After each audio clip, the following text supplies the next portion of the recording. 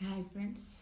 ఒక చిన్న మంచి మాట ఏంటంటే, చెట్టు నాటిన వాడు దాని నీడలో కూర్చోకపోవచ్చు, కానీ ఎవరో ఒకరు ఆ నీడలో సేద తీరుతారు, విశ్రాంతి తీసుకుంటారు.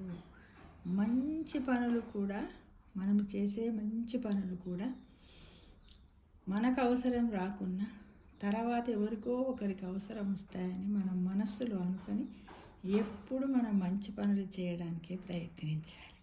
అందుకే చూడండి, ఎవరో నాటుతారు మన తాత ముత్తాతలు. మనం ఇప్పుడు తింటున్న చింతపండే కానీ, మామిడి పండ్లే కానీ, ఎన్నో రకరకాల చెట్లు నాటుతారు. అంటే అందరూ ఒకే ఆసక్తి ఉండదు మిత్రమా. కొద్దిమంది ఏంటంటే చెట్లు అంటే మంచి పంచ ప్రాణం వాళ్ళకు.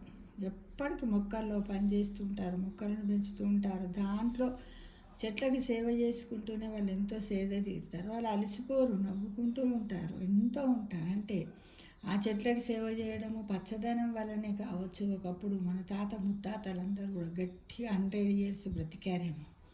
మనం ఇప్పుడు ఏం చేస్తున్నాం, తొట్టులో మొక్క పెడుతున్నాం, దానికి నీళ్ళు పోయడానికి కూడా నువ్వు వస్తావా నేను వస్తావా అనే పరిస్థితుల్లో మన ఇంట్లో ఉన్న కుటుంబ సభ్యులం ఉన్నాం. కానీ మనం చేసే ప్రతి పని కూడా ఒక పచ్చటి మొక్కను నాటితే ఎంత ఉపయోగం ఉంటుందో అది జరుగుతుందని ఎవరికో ఒకరికి ఉపయోగపడుతుంది. మన తాతలు పెట్టిన మామిడి పండు తింటే అప్పుడు ఎంత బాగుంది, తాత పెట్టిండో అనుకుంటాం కదా అప్పుడప్పుడు. అలానే అన్ని మంచి పనులు, మనకు నచ్చిన మంచి పనులన్నింటినీ చేసుకుంటూ పోవాలి. ఎదుటివారిని బాధ పెడితే అది పాపం, ఎదుటివారిని సంతోషపెడితే అది పుణ్యం. ఇది సృష్టి ధర్మం అని అందరు గ్రహించాలి మిత్రమా.